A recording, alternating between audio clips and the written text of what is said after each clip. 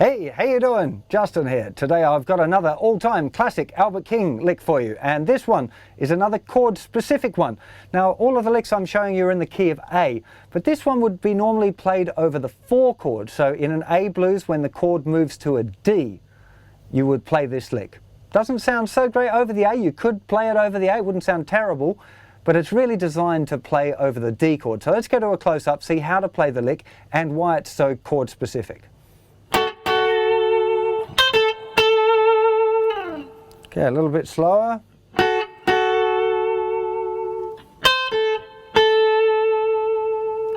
Okay, so the first 2 notes here, we've got the 3rd finger on the 11th fret of the 3rd string, 2nd finger in the 10th fret of the 2nd string. We're going to have a little bit of vibrato on those 2 notes as well. We're going to play them twice,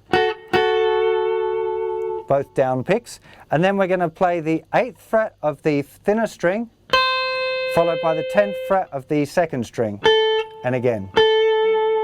So we got. Now this kind of lick is really common for Albert King, and it's outlining the chord, and that's a really important deal that you see these 2 notes as part of this chord. Like a regular D bar chord, right up at the 10th fret, the E shape. If we kind of move and just leave our 2nd finger and put our 1st finger down where that bar was, you can see quite clearly those 2 notes from that chord. The other note, this is a dominant 7th. So it would also be, if you played a D, 7, it's that note, same note. Okay, so again, it's really out of this chord shape. You can,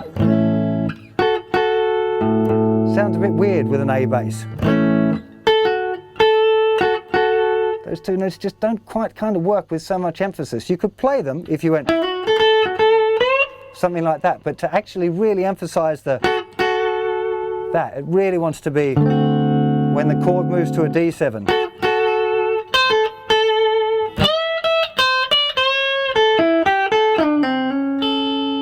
Okay, and then do another chord specific lick when it goes back to the A. For this lick I'm using nearly all down picks, but part of the deal here with those first 2 notes, you can hear there's a little pause between them, so I'm both lifting the fingers slightly on my fretting hand, but I'm also using the outer palm of my picking hand just to touch the strings very briefly in between. Okay, if you don't do anything like that, it just doesn't sound right. It's got to be, first one's very short, the second one's long with the vibrato. Down, up, down. It's the very last part. Feels quite natural to play it that way.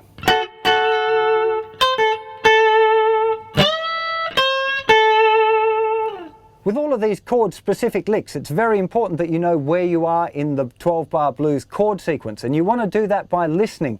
Don't try and think about it and count the bars, but get used to having one ear on the band and hearing when they've changed chord. That way you'll really start to understand the effect that you're having with the band.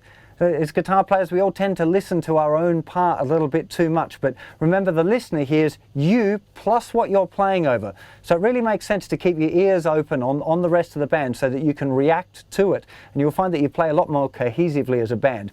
So if you're listening, you go, oh, we've just popped up to the 4 chord there, it's time to have a go at doing my little 4 chord lick that I learned off Justin's video on Albert King style, and then you want to pop that lick out. And then when it goes back to A, you want to go and have an A lick at the ready, because when you start to make those changes, it sounds really, really good. So have a good check out of this lick. Remember, of course, really important to listen to Albert King as well, because he's the real deal. You'll pick up all of the correct inflections off that, not some watered down version from some funny white Tasmanian guy teaching guitar on the internet. Much better to get it from the original source. So have fun with that. I'll see you for plenty more licks very soon. You take care of yourselves. Bye-bye.